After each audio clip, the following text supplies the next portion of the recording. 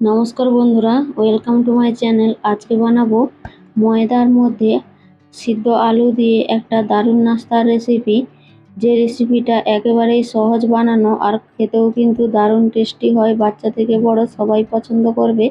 তো চলুন রেসিপিটা দেখে নেই। প্রথমেই এখানে একটা মিক্সির জার নিয়েছি এখানে মিডিয়াম সাইজের দুটো সিদ্ধ করা আলু। এবারে মিক্সির মধ্যে পুরো আলুটাই কেটে দিয়ে দিয়েছি। তারপর সামান্য পরিমাণে এখানে জল দিয়ে দিলাম। তারপর এটাকে ভালো করে একটা মিহি পেস্ট বানিয়ে নেব। পেস্টটা বানানোর সময় খুবই অল্প জল ব্যবহার করতে হবে। যতটা কম জল ব্যবহার করে এখানে পেস্টটা বানানো যায় ঠিক ততটাই।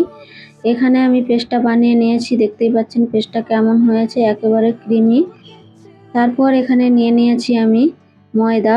এখানে 1.5 বাটি ময়দা নিয়েছি। আপনারা চাইলে এখানে আটা দিয়েও তৈরি করতে পারেন। এবারে দিয়ে দিচ্ছি এখানে আলুর পেস্টটা সব দেইনি, আমি এখানে হাফটা দিয়েছি। তারপর দিয়ে দিচ্ছি এখানে 3 চামচ টক দই। তারপর দিয়ে দেবো এখানে স্বাদমতো লবণ।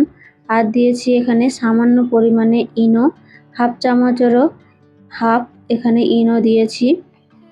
ইনোটা দেওয়ার সাথে সাথেই কিন্তু ইনোটা অ্যাক্টিভ হয়ে গেছে, দেখতেই পাচ্ছেন ফেনা হয়ে উপরে উঠে আসছে। ইনোটা এখানে দইয়ের উপরেই দিতে হবে, তাহলেই কিন্তু সুন্দরভাবে এটা অ্যাক্টিভ হবে।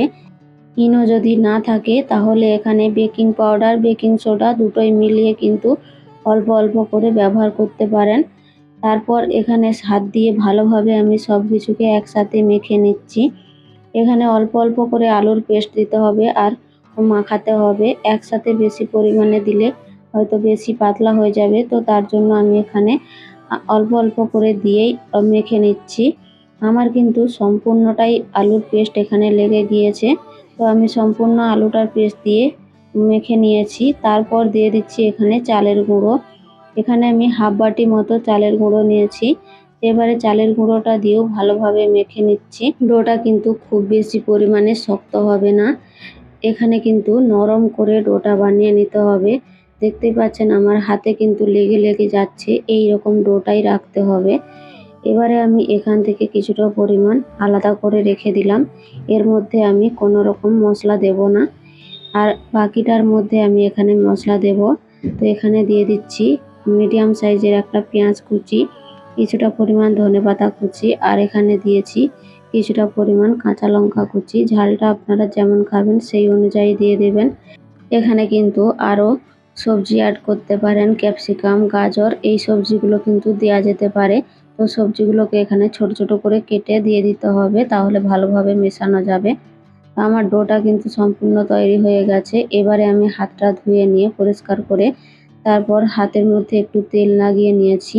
তারপর একটা রুটির আকারে ডো নিয়ে হাতের সাহায্যে গোল করে নিয়ে একটা মাঝখানে ছেদ করে ডোনাটের আকারে আমি এই নাস্তাগুলো বানিয়ে নিচ্ছি।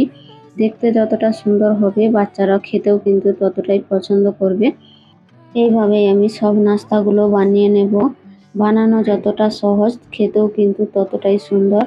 তো এখানে দেখতেই পাচ্ছেন আমি কতটা সহজে নাস্তাগুলো বানিয়ে নিচ্ছি। তো এইভাবে সবগুলো আমি বানিয়ে নেব। সবগুলো আমার বানানো হয়ে গেছে। এবার এদিকে একটা ফ্রাই প্যানে তেল বসিয়ে দিয়েছি। তেলটা প্রথমে কিন্তু হাই হিটে ভালোভাবে গরম করে নিতে হবে। তারপর গ্যাসের ফ্লেম লো করে আস্তে আস্তে নাস্তাগুলো দিয়ে দিতে হবে।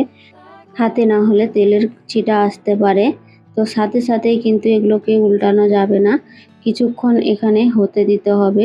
তারপর এখানে এগুলোকে উল্টাতে হবে, তা না হলে কিন্তু ভেঙে যেতে পারে, যেহেতু এগুলো খুবই নরম। তো এখানে দেখতেই পাচ্ছেন আমি মিডিয়াম ফ্লেমে উল্টে পাল্টে ভালো করে ভেজে নিয়েছি। কালারটা কত সুন্দর এসেছে দেখেই বুঝতে পারছেন, আর নাস্তাগুলো কতটা সুন্দর হয়েছে পারফেক্টভাবে। তো আমি ভালোভাবে ভেজে নিয়ে একে এক করে তুলে নিয়েছি। ঠান্ডা হওয়ার পর দেখাচ্ছি আপনাদের। দেখতেই পাচ্ছেন একটা নাস্তা ভেঙে কতটা নরম আর কতটা সুন্দর হয়েছে। বাচ্চা থেকে বড় সবাই কিন্তু খেতে পছন্দ করবে। টমেটো সস যে কোনোর সাথেই এটা খাওয়া যেতে পারে। তো ভালো লাগলে একটা লাইক কমেন্ট করে দেবেন।